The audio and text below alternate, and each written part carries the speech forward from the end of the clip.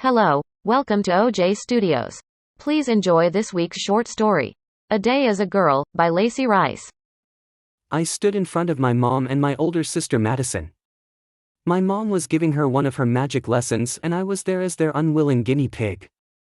Madison just turned 16 a month ago, and on her 16th birthday she also received her magical powers, letting her become a full spellcaster.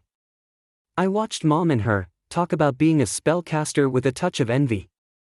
I am the only one in my family that is not yet a spellcaster. I am only 15 years old, and I have to wait one more year until I become a spellcaster just like the rest of my family. Until then I am just like any other normal teen boy. I looked at the clock and hoped that they would hurry up.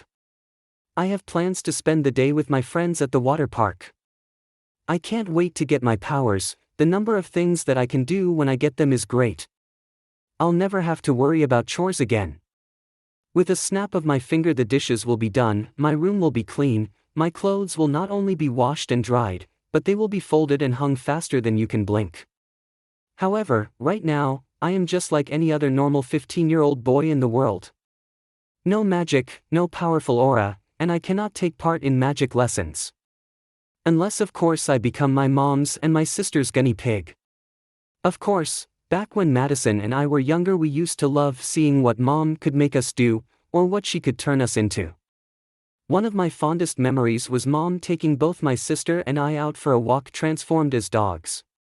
The energy and playfulness of dogs was also a part of us, so we could play and have fun as we went on our walk through the neighborhood.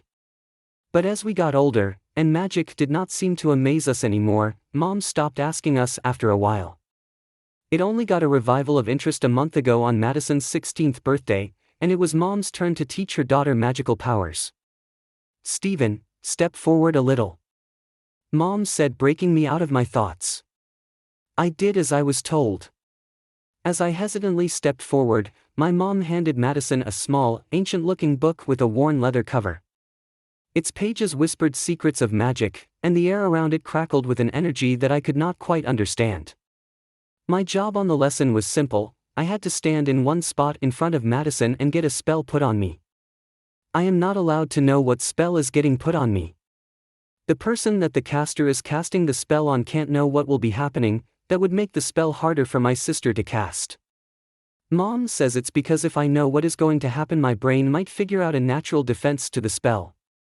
So instead, I was left in the dark as Mom told Madison what to do. The pages of the book that they are reading from are protected by magic, so only the spellcasters in my family could read what they said in it. If I looked at the pages, I would see nothing but blank paper. But Mom and Madison were able to see them perfectly. "Open the book to page 32, Madison," my mom instructed, her eyes sparkling with anticipation. Madison flipped through the pages until she found the requested page. Madison watched me intently, her expression a mix of curiosity and mischief. I could sense that she enjoyed the idea of having a younger brother as her magical guinea pig. "Really, Mom, we're doing this one?" Madison asked, a little giddy in her voice. Mom quieted her down and just pointed to the page. "Just say the incantation out loud," Mom urged Madison. This left me wondering what they were talking about. Why was Madison so excited for? Madison took a deep breath and began to recite the words on the page. The air in the room shifted, and a faint glow enveloped the space around me. For a moment, I felt a surge of power, a tingling sensation coursing through my veins. I glanced at Madison, who exchanged a quick excited glance with Mom. However, as the incantation reached its climax, an unexpected twist occurred. The room shimmered, as I felt the magic go around me in powerful swirls. I felt like it was lifting me up, and before I knew it, everything went dark. I woke up on the floor of the living room. I felt like I got hit by 1,000 bricks. Mom and Madison hovered over me as they watched me. My head throbbed with confusion as I tried to sit up, my surroundings slowly coming into focus. The room looked different, and it took me a moment to realize that something had changed. I touched my face and was met with a shock. Long brown hair cascaded down my shoulders, and my hands were smaller and more delicate. My whole body felt less bulky as I was used to it, and it felt slenderer. What? What happened? I stammered, my voice now softer and higher pitched. Mom and Madison exchanged astonished glances before bursting into laughter. I looked down at myself and realized that I was no longer a 15-year-old boy but a girl of the same age. Madison clapped her hands gleefully.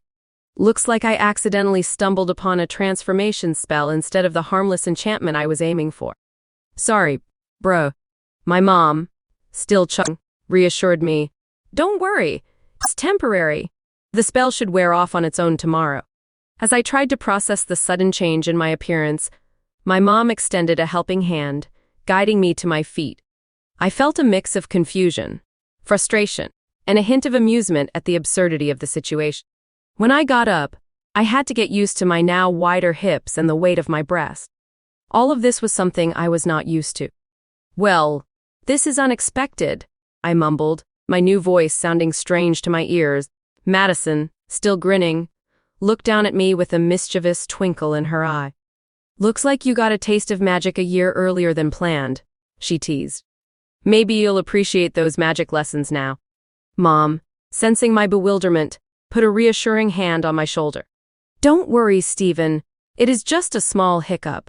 Magic can be unpredictable sometimes, especially when you're dealing with ancient spells.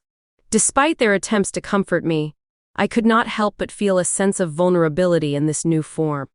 Madison, always one to find humor in any situation, could not hold her laughter.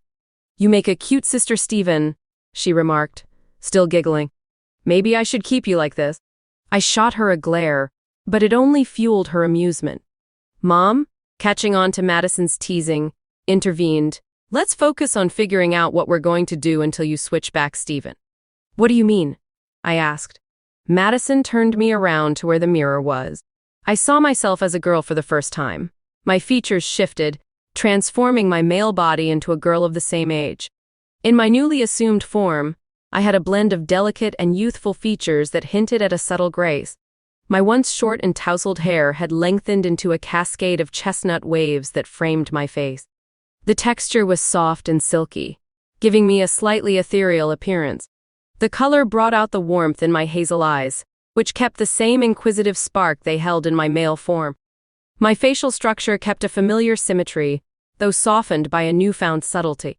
High cheekbones added a touch of elegance to my features, and my lips, now a shade of natural pink, curved into an expression that reflected a mix of curiosity and being weirded out. I cannot be like this, I said, looking away from the mirror. I had plans to hang out with Justin and Alex. Well, you will just have to cancel them, Mom said. I sighed, realizing that canceling plans with my friends was inevitable in this situation. I mean, how else can I explain to them that I suddenly became a girl overnight? So, Stephen is now my size in clothes, Madison said, looking at me. I can lend her some clothes. She will need a bra and we can get her into a dress. I'm not wearing a dress, I retorted, or anything girly. Why can't I just wear my boy clothes for? Well, you do need a bra, Mom said, coming from behind me. Your breasts will not support themselves. And you are too small for your boy clothes now, so you might as well wear your sister's clothes until you change back. Madison burst into laughter again, finding the entire situation more amusing than I did. Mom looked at Madison and then put her hand on her shoulder. Madison instantly stopped laughing and looked at Mom, frozen like a statue. I recognized this. Mom did this spell when she wants us to stop goofing off and do our chores. Sure enough, after a few seconds of being frozen, Madison walked off to the kitchen and started running water so she could do the dishes. Now that will last her for a little while, Mom said, taking my hand. Now let us go to her room and see what all we can find for you, Stephen. I obediently followed, knowing that I did not have much of a choice. I looked down at my newly acquired breast and shivered a little. They hung down and I felt that I needed to put my arms across my chest to protect them. Once we got into Madison's room, Mom opened her closet, and I peered inside. I looked out at all the girly dresses and tops that were in there. Do you see anything you like? Mom asked. I shook my head no. Of course I did not see anything I like. I still have a male brain, and all of this was sending out alarm bells that I should not be wearing them. Mom walked to the closet and picked out a blue, short-sleeve top that was flowy at the bottom, and then she went to Madison's dresser and grabbed a pair of jeans for me to wear. I reluctantly took the clothes from my mom, still feeling uneasy about the whole situation. Mom had me take off my shirt in front of her. I wanted to protest, but Mom reminded me that I did not know how to wear a bra, so she had to teach me. When I pointed out that I did not need a bra, she insisted that I dress like a proper young lady while I am stuck in this girly body. Mom had me put my arms through the straps of the opened bra, and then she made sure the cups of the bra were over each of my breasts before she hooked the two ends of the bra in the back. I never thought that I would have to teach my son how to wear a bra, Mom said. I bet you never thought that your son would need to wear a bra, I retorted. Touch, Mom said with a bit of a laugh. It was weird to feel my breast being held up by a bra. I was glad that Mom did not pick out anything that would show any cleavage. Mom handed me the blue top and I quickly got it on like any other shirt I own. Just this one has small cap sleeves on it, and the neck rounded down in a U shape. Not enough to show any cleavage, but still enough for it to feel weird for me. Mom finally left the room, and I was able to put on a new pair of purple panties and the girly jeans on myself. The jeans are more formed-fitting than I am used to, and when I put my cell phone in my pocket, I found out that there was no pocket there. All that was there was the top of the pocket for show.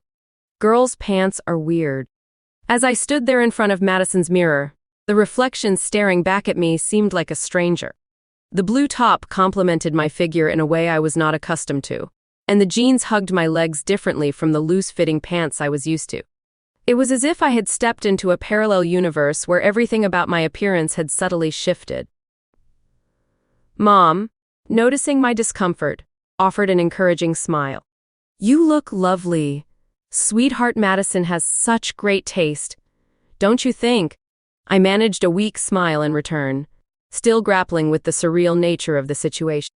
Mom, sensing my discomfort, offered a reassuring smile. It's just for a little while, Stephen. Tomorrow, everything will go back to normal. In the meantime, try to embrace the experience. Who knows, you might learn something valuable from it. I sighed, realizing that resistance was futile. The clothes fit surprisingly well, and although I felt a bit self-conscious, I had to admit that the softness of the fabric and the color complemented my transformed appearance. I moved my now long hair out of my eyes as I was still adjusting to the foreign sensation of long hair brushing against my shoulders. Let's do something with your hair, Mom suggested, leading me to Madison's vanity table. She skillfully worked on my hair, styling it in a way that felt foreign yet oddly refreshing. As the strands fell into place, I caught another glimpse of the transformed person in the mirror. Once the transformation was complete, Mom stepped back and admired her work. There you go. Now, let us head downstairs. As we walked back to the living room, Madison was waiting, no longer frozen from Mom's spell. She looked at me and grinned mischievously. You clean up well, bro. Maybe this whole magical mishap is a blessing in disguise. You're not half bad as a girl. I rolled my eyes at her comment, not in the mood for her teasing. Mom, sensing the tension, intervened. Let's focus on making the best of the situation. What should we do today? I wanted to say we should stay indoors, not do anything in public, but Madison was faster at talking. We should go to the water park, Madison said quickly. Madison's suggestion caught me off guard. She really wanted me to go to the water park. In my current state, I hesitated, glancing down at the unfamiliar outfit I was wearing. Mom, however, seemed to be on board with the idea. Before I could say something to persuade them not to go, Madison ran upstairs announcing that she was going to get swimsuits for both her and I. I rolled my eyes and looked at Mom, who just shrugged. No one will know who you are there, Mom said. Besides, you love the water park. I did not want to tell her that I knew my friends would also be there expecting me, and that they were going to wonder why I was not there. Luckily, Madison gave me another excuse to not want to go. She did this by handing me a pink one-piece swimsuit. I stared at the swimsuit in disbelief. There's no way I'm wearing that, I protested, feeling a mix of embarrassment and frustration. The pink color and the frills on the swimsuit screamed everything with which I was uncomfortable. Madison simply laughed, clearly enjoying my discomfort. Come on, Stephen, it's just for today. Think of it as a chance to experience the different side of your friend's girl watching. My face went red when she said that, reminding me that there were not only going to be other people there, but there were going to be my friends there that might check me out. Suddenly, the days I spent with them watching girls in the park were not so fun now. Madison tossed the swimsuit at me, and I caught it with a sigh of resignation. She and I both knew that this was going to be awkward, and only one of us was going to enjoy it, and it was not going to be me. I put the swimsuit in my bag along with a towel and a few other things for the water park. Once I was ready, I put the book bag on my shoulders and began to walk out of the house when Madison stopped me. "So, little bro, we need to talk about your name." "My name?" I asked. "Well, of course. Do you think calling you Steven all day will keep everyone from not expecting that you are really Steven?" I thought that over for a minute. Of course, it would confuse everyone that I was now a girl named Steven. People might look at me weirdly. I need to just blend in. "What did you have in mind?" I asked with a sigh. "Emma," Madison said with a smirk. "You can be my cousin Emma for the day." I rolled my eyes. I should have known Madison would give me a girly name, along with a girly body. "Fine," I said, resigning my fate. "I'll go by Emma for today." As we arrived at the water park, I could not shake the feeling of dread. The sun beat down, and the sound of laughter and splashing water surrounded us. Madison, ever enthusiastic, led the way, her excitement palpable. I trailed behind, still adjusting to the discomfort of the unfamiliar clothes and the weight of the swimsuit in my bag. As we approached the changing rooms, Madison shot me a mischievous grin. "You better put that swimsuit on, Emma." I groaned inwardly, realizing there was no escaping this awkward situation. Reluctantly, I entered the changing room and faced the reality of donning the pink swimsuit. I hesitated for a moment, considering the absurdity of the situation, but with a resigned sigh, I found an empty stall and I changed into the girly attire. The frills and the vibrant pink color clashed with everything I was accustomed to, and I could not shake the self-conscious feeling that came with it.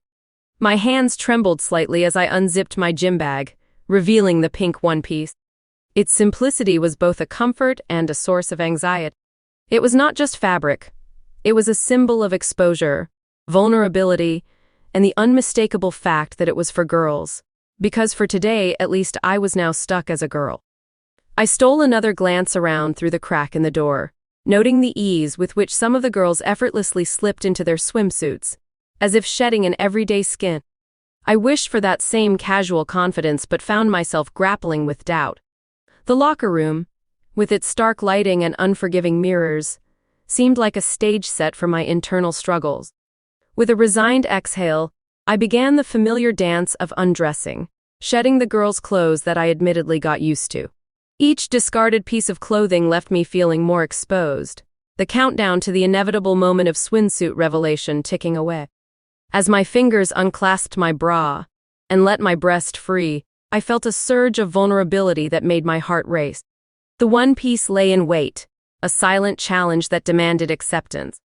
I reached for the swimsuit, unfolding it with a sense of trepidation. The cool fabric whispered promises of water-bound adventures in the park, but first, I had to navigate the journey of putting it on. Slipping into the suit one leg at a time, I was conscious of every movement, every inch of my skin covered by the snug material. The mirror beckoned, and I turned toward it, scrutinizing my reflection. The girls staring back seemed a concoction of nerves and determination. The one piece clung to me, a symbol of resilience against the insecurities that lingered in the locker room air. In that moment, amidst the chorus of locker room banter and the echoes of splashing water from the nearby pool, I found a quiet resolve. It was not just a swimsuit. It was a declaration of self-acceptance. Gathering my courage, I put Madison's clothes in the bag and then zipped up my gym bag, ready to step out onto the pool. Not as a boy wrestling with insecurities with a body that he was unaccustomed to, but as someone embracing the vulnerability that comes with growth. I looked at the mirror that was inside of the stall. My legs were showing way too much for my comfort. But the main thing that shocked me was the fact that between my legs there was no bulge, no proof that I had ever been a boy named Steven. Appearing from the changing room, I tried to support some semblance of composure. Madison, of course, smiled widely at the sight of me. "Oh, Emma, you look adorable." I shot her a glare. She then quickly spun me around and started messing with my hair. "What are you doing?" I asked. I'm putting your hair in a ponytail, Madison said. Trust me, you do not want to go in the pool with your hair everywhere, do you? Madison was right, and I let her finish on my hair. Once she was done, I turned my head left to right a few times, feeling the swish of the ponytail on the back of my head. My head felt cooler, and I did not have to worry about long strands getting in my way. I followed her towards the main pool. The swimsuit felt foreign, and I could not help but feel exposed as we passed by groups of people. Every glance from strangers heightened my discomfort.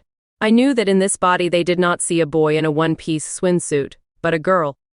I wondered if this was how some girls felt when I would go girl watching with my friends here.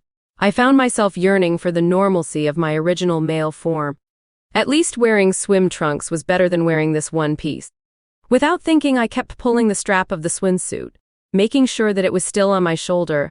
I also kept looking down to make sure the swimsuit was still covering me like it is supposed to. I looked around and saw two little girls running around by the kids' pool. Both of them were wearing one-piece swimsuits, and I wondered how they were so carefree wearing theirs, while I felt like a nerves wreck wearing this one. I looked over to Madison, who was wearing a blue bikini. I was instantly glad that I was not wearing a bikini. The thought alone sent shivers down my spine. As we reached the pool area, Madison, oblivious to my inner turmoil, encouraged me to join her in the water. I hesitated at the edge of the pool, acutely aware of the gazes upon me. Justin and Alex, my friends, were nowhere in sight, and I felt a mix of relief and disappointment. Madison, noticing my hesitation, splashed water in my direction, breaking my moment of contemplation. Come on, Emma. Do not be a party pooper. Let us have some fun, she called out, her enthusiasm infectious. I took a deep breath, reminding myself that this was just a temporary situation. With a reluctant smile, I stepped into the pool, the cool water supplying a welcome distraction from the discomfort of the swimsuit. Madison joined me, and soon we were engrossed in the water park activities. Our fun stopped when I heard a familiar voice call out for Madison. I looked over, and my heart sank for a moment. There, on the side of the pool looking down at both Madison and I, was Justin and Alex. They both were wearing swim trunks, and they were shirtless. Justin, being an athlete, had muscles to show off, while Alex was on the heavy side. Hey, Madison, do you know where Steven is? Justin asked. I looked over to Madison, who just shrugged. I know she would not tell them who I was. The family secret made sure of that. Madison's mischievous smile grew wider as she responded. I have not seen him around. Maybe he decided to bail on you today. I winced inwardly at Madison's response, hoping it would be convincing enough for Justin and Alex. As they looked around, their gazes briefly met mine, and I instinctively averted my eyes. The last thing I needed was for them to recognize me in this unexpected and awkward state. In this form, I have a lot of similarities to my normal body, but could they see them? Justin raised an eyebrow. Really? That is strange. So, who's this? Alex asked, pointing to me. I shrunk down in the water a little bit. I know that I now looked like the type of girl that we would crush over any other day, and now, ironically, I was probably going to get hit on by them. The irony is real. Madison laughed, enjoying the moment. Oh, this is my cousin Emma. She is visiting for the day. Say hi, Emma. I forced a small wave and managed to put on a nervous smile. Justin and Alex exchanged curious glances but seemed to accept Madison's explanation. They greeted me with a polite nod before continuing their search for Steven. As they walked away, Madison leaned over and whispered, "See, not so bad. Right. Just enjoy the day as Emma, and by tomorrow, everything will be back to normal." I nodded, trying to push aside my unease. The day at the water park continued with moments of awkwardness and occasional glances from strangers. I did my best to embrace the experience, reminding myself that it was temporary. Think Alex might have a crush on you now, Madison said, smiling. No way, I said, getting a little red. Trust me, I have known him since kindergarten. I would know if he's crushing on me or not. Trust me, little bro. You might know guys as a guy, but you have a long way to go when it comes to knowing guys with a girl's perspective. I wanted to ask her what she meant, but Madison suddenly got out of the water and motioned for me to follow. Come on, Emma, let's go down the water slides, she said, beckoning me to follow her. I began to protest, then stopped. I knew it would be useless to try too. The sun blazed overhead, baking Madison, and I as we slowly climbed up the tower as we stood in line. My heart pounding with a mixture of excitement and nervousness. The vibrant colors of the slide twisted and turned before disappearing into a splash of refreshing water at the bottom. A small line of eager teens, like me, awaited their turn, their laughter and chatter adding to the lively atmosphere of the water park. Madison stood beside me. I could see her move around a little as we waited. She was not looking around at her surroundings like I was. She did not care if boys were checking her out or not. She liked the attention, unlike me. "Are you ready for this, Emma?" she asked, her eyes sparkling with anticipation. I took a deep breath, feeling the warmth of the sun on my face. "Absolutely. Let us do this," I said, even though my thoughts on the inside did not reflect my thoughts on the outside. As we approached the slide, Madison and I huddled together at the entrance of the colossal slide. A lifeguard, decked in sunglasses and a bright red swimsuit, gave us a quick safety rundown. The rules seemed simple enough. Cross your arms, lean back, and enjoy the ride. Yet, the sight of the unpredictable twists and turns ahead left me feeling a mix of anticipation and anxiety. The lifeguard handed each of us a bright blue inflatable tube. The plastic felt cool against my skin as I climbed onto it, securing myself in the center. I looked over at the lifeguard and he looked down at me and winked at me. I turned back facing forwards and rolled my eyes. I was diffidently learning that I need to treat women better when I turn back into a guy.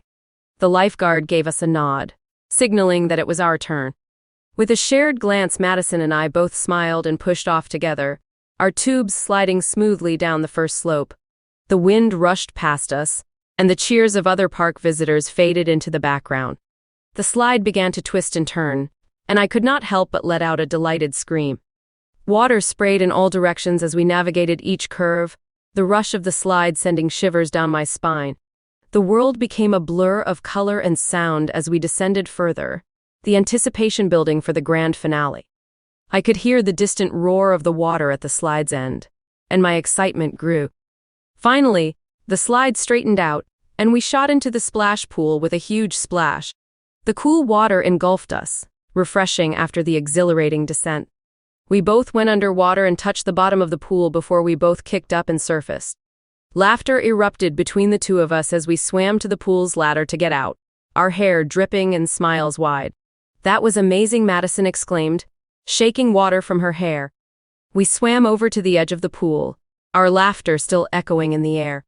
The sun glistened on the water, and the sense of accomplishment lingered. I could not believe we had conquered the mighty water slide, and the thrill of the adventure lingered in my veins.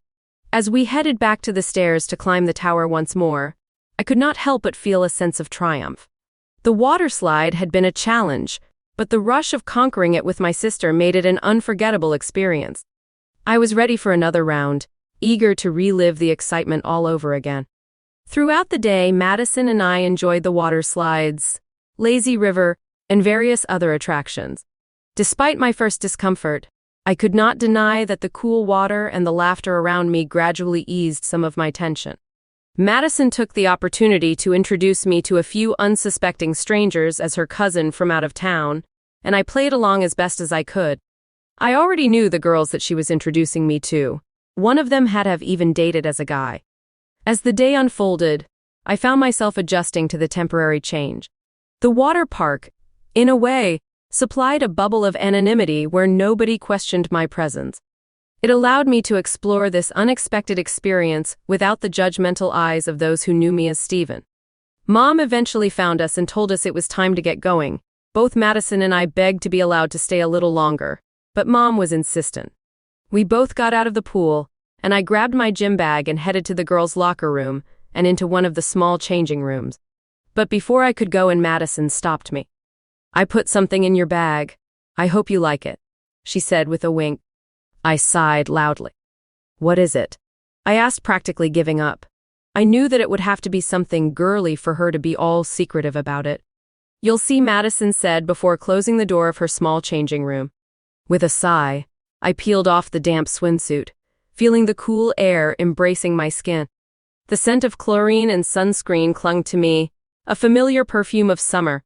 I reached for the clothes that I had been wearing, but the outfit was not in there. Instead, there was a simple, floral sundress laying inside of my gym bag. The fabric was light and delicate, a stark contrast to the snug embrace of my swimsuit. Why? I asked loud enough that Madison could hear me in the next stall over. "You better put it on, girlie," I heard Madison say in reply. Realizing that I had no way of really saying no and arguing with her, I sighed, resigned to the fact that I would be wearing a dress for the first time. I put on the bra that was in the bag, glad that it was still the same bra that I had been wearing today. I hooked the hooks in the back and looked at myself in the mirror. Yesterday, I would have given anything to see a girl in a bra. Now I just wanted out of it and back in my simple male body. I am starting to feel bad for judging girls by their looks. As the dress slipped over my shoulders, a sense of transformation enveloped me. The snug fit of the swimsuit gave way to the gentle sway of the dress, and I felt a subtle shift in mood. The mirror reflected an image of someone different, an echo of the sun-kissed girl who had frolicked in the pool. Strands of damp hair framed my face, a reminder of the pool that I had been in. I smiled at the reflection, feeling a connection between the carefree spirit of the day and the gentle grace of the dress. Stepping into a pair of sandals that were in the bag, I admired the complete ensemble. The dress billowed slightly as I moved, and I twirled experimentally, the fabric catching the air and lifting around me. The floral pattern painted a vibrant picture against the backdrop of the changing room, and for a moment, I allowed myself to appreciate the unexpected beauty in this temporary transformation. Madison's mischievous choices in clothing had somehow turned into an unintentional lesson in embracing the unexpected. As I stepped out of the changing room, Madison beamed at the sight of me in the sundress. "Well, don't you look adorable?" she said with a playful glint in her eyes. I rolled my eyes but could not help but feel a strange sense of acceptance in the flowy fabric. The dress, combined with the tousled hair from the water park, painted a picture of a carefree summer day. Mom, waiting outside, raised an eyebrow at my new attire, but before she could comment, Madison chimed in. I thought she needed something more stylish for the journey home. With that, we headed out of the water park, the dress swaying with each step. The stares from strangers were still present, but somehow, the flowy sundress lessened my self-consciousness. It was as if the fabric itself carried a lightness that transcended the discomfort of being temporarily transformed. The sundress, with its floral pattern, swirled around my ankles as I walked. The fabric brushed against my legs, reminding me of the freedom that came with a warm summer evening. I could not help but smile as I strolled along, feeling the rhythm of my steps sync with the light breeze that whispered through the air. Wearing a dress, as it turns out upon reflection, might not have been as disagreeable an experience as initially perceived, prompting a reconsideration of its potential comfort and appeal. I have to wonder to myself why guys could not wear clothes like this. As I strolled down the busy parking lot in the unexpected comfort of the dress, I could not help but marvel at the freedom it allowed me. The fabric swirled around my legs with each step, and a gentle breeze played with the hem, creating a sense of liberation that traditional male attire had never afforded me. During the car ride, I could not help but reflect on the day's unexpected turns. From being an unwilling participant in a magical experiment to conquering water slides in a pink swimsuit, and now donning a floral sundress, it felt like a whirlwind of experiences. The discomfort had given way to a strange acceptance, and I found myself appreciating the uniqueness of the day. But to my dismay, we did not go home. Instead, Mom took us to our favorite Italian restaurant. I rolled my eyes knowing that I also could not get out of this. The aroma of sizzling garlic and the clinking of silverware greeted us as we entered La Dolce Vita, our favorite Italian restaurant. The air was thick with anticipation, and my stomach growled in response. There was so much around me that I forgot about being in a dress or being a girl altogether. I glanced at my mom and Madison, exchanging knowing smiles. This was our special place, where laughter flowed as freely as pasta sauce. The hostess led us to our usual corner booth, draped in checkered tablecloths. As we settled into our seats, I could not help but notice the flickering candle in the middle of the table, casting a warm glow on our faces. Mom, with her radiant smile, seemed almost as excited as I was, and Madison, ever the sophisticated one, leaned back with a hint of amusement in her eyes. The waitress, a friendly woman named Alessia, approached with menus in hand. Mom, having practically memorized every dish on the menu, declared, "We'll start with the bruschetta for the table, please." Madison nodded in agreement, while I chimed in with, "And can I get the lasagna, please? It's been ages since I had it." Alessia winked at me. "Excellent choice, sweetheart. The lasagna here is a crowd pleaser." As we waited for our appetizer, our conversation flowed effortlessly. Madison talked about high school, and Mom shared the latest office gossip. I, in my teenage way, recounted the drama of high school life, the tests, the occasional triumphs, and how I am improving my math grade. Of course, I had to change a few things around just in case if anyone were overhearing our conversations and could guess I was not really a girl. Our bruschetta arrived, a medley of tomatoes, basil, and garlic piled high on crispy bread. We passed the plate around, savoring the burst of flavors. The laughter and chatter of other diners supplied a lively backdrop to our family banter. When the main courses arrived, my eyes widened at the sight of my steaming lasagna. Layers of pasta, rich meat sauce, and gooey cheese tempted my taste buds. Across the table, Madison dug into her eggplant parmesan with the elegance of someone who had mastered the art of eating without smudging lipstick. As we enjoyed our meals, the atmosphere around us buzzed with the clinking of cutlery and the murmur of conversations. Our shared dishes became a communal experience, a family feast that went beyond the food on our plates.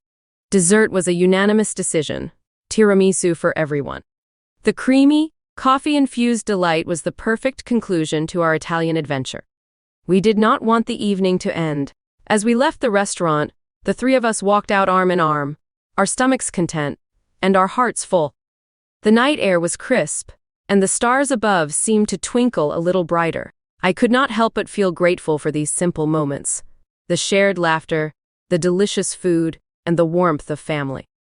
Once we finally got home, Madison rushed into her room and came back downstairs with a pair of fuzzy pink pajama pants with hearts on them, and a pink camisole for me to wear for the night since I will not be changing back until tomorrow. I took them and went upstairs to change. As I changed into the girly pajamas, I could not help but reflect on the roller coaster of a day. From unexpected magical transformations to navigating the waters of the water park and embracing a temporary identity as a girl named Emma, it had been a journey filled with surprises. As I joined Mom and Madison in the living room, the three of us settled in for a movie night. Snuggled up on the couch with blankets, the events of the day became a shared memory that would likely be retold in family anecdotes for years to come. Madison glanced over at me with a teasing grin. Shu probably noticed that I was not complaining about wearing the girly pajamas or the fact that I was still a girl for. In fact, when I sat down on the couch, I did so in a feminine manner. "So, Emma, did you enjoy your day as a girl?" she asked. I sighed, realizing that I had no choice but to go along with the playful banter. It was definitely different. Mom chimed in with a soft chuckle. "Well, sometimes life throws unexpected twists at us. It's how we embrace them that matters." As we settled into the movie, the laughter and warmth in the room overshadowed any lingering discomfort. Despite the temporary nature of the magical mishap, I found myself gaining a newfound appreciation for the diverse experiences life could offer. The night passed in a haze of shared snacks, cozy blankets, and the glow of the TV. Eventually, the weariness of the day caught up with us, and we bid each other good night. As I lay in bed, I could not help but think about the events of the day. With a smile on my face, I drifted off to sleep, grateful for the quirky magic that had turned an ordinary day into a tale of unexpected twists and newfound appreciation for the different sides of life. The next morning, I woke up to my cell phone ringing. I picked it up without thinking and answered it. "Hello?" I asked into my phone. "Yo, Steven, where were you yesterday?" I heard Justin's voice come from the phone. "We were at the pool looking for you, and by the way, I met your cousin and she's totally hot. Like, I can't believe she's related to your ugly butt." I suddenly shot awake, realizing I was still in the body of a girl with Justin on the other end of the phone call. And I am the girl that Justin thinks is hot. Justin stopped for a moment, undoubtedly now wondering why the voice that said hello to him sounded feminine for. "Steven, why did you sound like a chick for Justin asked?" I panicked a little. But then I decided just to mess with him. Because this is his cousin Emma, I will tell Stephen that his friend thinks I am hot. I am sure he will call you later. I said into the phone. Justin tried to stop me so he could apologize, but I ended the call before he could. I swung my legs over the side of the bed, my feet meeting the cool hardwood floor. The morning air was still and quiet, wrapped in the calm before the chaos of the day. My room, adorned with posters of bands and artwork from a lifetime of memories, felt like a sanctuary. It was meant for a teen boy to live here, not a teen girl. I lingered for a moment, savoring the warmth of my cocooned blankets before the responsibilities of the day called me to attention. The bathroom mirror greeted me with my morning reflection. Tousled hair, sleep-lined eyes, and a face that had not quite shaken off the remnants of sleep. I swiped my toothbrush through my teeth, trying to shake off the lingering fog of sleep. The mirror reflected a girl on the cusp of adulthood, a blend of innocence and the impending weight of responsibilities. The shower beckoned, a cascade of warm water washing away the remnants of the night. As the steam enveloped me, I let my mind wander, contemplating the day ahead. I only have a few more hours before the spell wears off, and I can go back to being Stephen again. Yesterday, Mom had explained that the spell that I was originally supposed to have on me was just a 24-hour spell that would make me think I was a kid for 24 long hours. It was not supposed to turn me into a girl. The spell was only a mind spell, not a transformation spell. But with mistakes like these, they usually come off after 24 hours. I heard a knock on the bathroom door and Madison telling me that she was going to open the bathroom door a small crack so she could give me some clothes. As she did, I stepped behind the door where Madison wouldn't see me, not wanting her to see my unclothed body. I sighed when I found out that Madison had given me a flowy floral skirt and a blue V-neck shirt to wear. I had to remind myself that I had to wear it until the spell wears off. As I slipped into the skirt, the soft fabric embracing my hips, I could not help but feel weird that it was around me and opened at the bottom. The V-neck top made me feel awkward about wearing something that showed my cleavage to everyone. With a sigh, I reached for the lavender bra the delicate lace detailing had drawn me in. Now, as I clasped it behind my back, I could not shake the unfamiliar sensation. The straps felt tighter than I was used to, and I found myself adjusting them more than once. With a mix of reluctance and resignation, I dressed in the clothes Madison had provided. The familiar weight of the skirt on my hips and the softness of the shirt against my skin felt strange, a reminder of the unexpected detour my life had taken. As I looked at myself in the mirror, the image staring back at me was a paradox. A girl in appearance, but with the consciousness of a boy named Stephen. As I made my way downstairs, the scent of breakfast wafted through the air. Mom had prepared a hearty morning meal, complete with scrambled eggs, crispy bacon, and a side of toast. The table was set for 3, and I joined Mom and Madison, still adjusting to the way the skirt swayed with each step. Over breakfast, the conversation flowed naturally. Mom and Madison chatted about plans for the day, mentioning a visit to the grocery store and catching a movie later. Of course, everything had to wait until I turned back into a guy again. It would be the end of the family secret if I were walking around the grocery store and suddenly, I went from being a girl to being a boy. I nodded along, taking part in the conversation while my mind lingered on the impending return to my true self. I looked at the clock.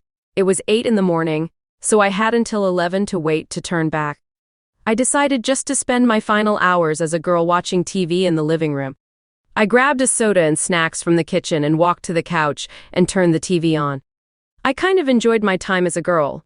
Admittedly, it was kind of fun to be someone else for the day.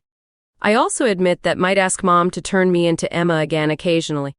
This is one magical spell that I cannot wait to learn in a year. I did not look at the time while I was watching a marathon of Law and Order. It was as I reached for my soda on the coffee table, a strange sensation washed over me. It was as if an invisible force enveloped me, sending shivers down my spine. Confused, I stood up, glancing around the room as the atmosphere seemed to shimmer with an otherworldly energy. I looked down at myself, half expecting to see some kind of odd visual distortion. To my shock, my reflection in the nearby mirror revealed a completely different image. The denim skirt and V-neck top remained, but my girly face had transformed into that of a teenage boy. My heart raced, and I stumbled backward, as I had to get used to my now bigger and bulkier body, I was glad that I was now a boy. In a daze, I examined my old familiar male appearance. The skirt hung a little more tightly on my hips, and the V-neck top felt strangely out of place. The bra I was wearing was limp, its cups no longer held my breast because my breast was now a man's chest. I was glad now that Madison let me borrow a skirt that has an elastic waistband. If she had not let me borrow it, I probably would have bust through whatever else I was wearing. I was back. I was finally a guy again. I quickly ran up to my room and threw off the girl's clothes that I had been wearing and threw them into my laundry basket. And quickly went to my dresser and started grab my normal boy clothes again. I put on my familiar clothes and looked in the mirror. Boy, have I missed being me. I walked downstairs and saw Madison and Mom sitting at the kitchen table. Madison was looking down like she had done something wrong. What's going on? I asked now a little more cautiously. It appears that Madison turned you into a girl on purpose. Mom said. I used a truth spell on her. What? I asked, thinking of the past day I just spent as a girl.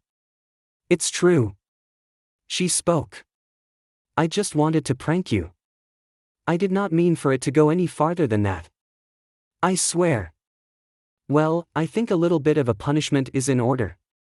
No, Mom, wait, let me explain. Madison said quickly. She tried to stop Mom, but she was too late. Mom waved her hand, and instead of a teen girl sitting at the table, a teen boy sat there. Madison looked down at herself, now shocked to see the male body that she was in. Her hair was short, and on her face was now a small beard. Her slender arms were now bigger and hairy, her hand doubled in size. She looked at Mom. She looked terrified at what she saw. Really, Mom? Madison asked in her new deep manly voice. Now you be a good boy, and, in a week, I will turn you back into a girl after your punishment. Madison looked stunned as she sat there still in her girl clothes, which looked odd on her now that she was a boy. Her body became bulkier, as she made the change from female to male, just like how I became skinnier when I went from male to female. Madison's jeans were now ripped along her legs, which made me thankful that Madison gave me that skirt that my body could literally grow into. I wondered if I looked that weird when I changed from Emma back to Steven. I could not help but smirk a little, feeling a mix of satisfaction and amusement at the sudden turn of events. Mom continued, her tone firm, this is a lesson, Madison. Magic is not to be used for pranks or to mess with people's lives. Steven experienced firsthand what it is like to be in someone else's shoes, or in this case, someone else's body. It's time for you to learn responsibility. Madison nodded, her eyes wide with a mix of regret and understanding. Mom's use of magic was always limited to essential needs, and this prank had clearly crossed a line. For now, Steven, enjoy being yourself again, Mom said with a smile, but remember, magic is a gift, not a toy. I hope that when you get your powers next year you won't abuse it like Madison did. I could not help but nod in agreement, grateful to be back in my own skin. The experience, though unexpected, had given me a new perspective on empathy and understanding. Madison got up from his chair and wobbled for a second as he got used to his new body. Madison, now adjusting to his transformed physique, cast a reproachful glance at me. The roles had reversed, and he was now on the receiving end of a magical prank gone awry. Remember, Madison, Mom added, her tone softer but stern, you'll have a week to reflect on your actions. I expect you to use this time wisely and consider the consequences of your choices. Magic has the power to shape reality, but with that power comes responsibility. Madison sighed, realizing the gravity of the situation. Mom's magical punishments were always effective in delivering a lesson. It was evident that Madison had a newfound appreciation for the consequences of thoughtless magic use. As Madison stumbled towards the door, still grappling with his transformed body, Mom turned her attention back to me. Steven, dear, I hope you understand the importance of responsibility and empathy. Magic should be a force for good, not a tool for pranks. I do, Mom, I replied sincerely, reflecting on the unexpected turn of events. This experience has given me a different perspective, and I won't forget the lessons learned today. Mom smiled, her expression filled with a mix of maternal warmth and wisdom. Good. Now, let's clean up this magical mess and get back to a normal day. Madison, don't forget your responsibilities during this week of reflection. Madison, now a reluctant recipient of his own trick, left the room, and I couldn't help but feel a sense of relief as the chaotic situation settled.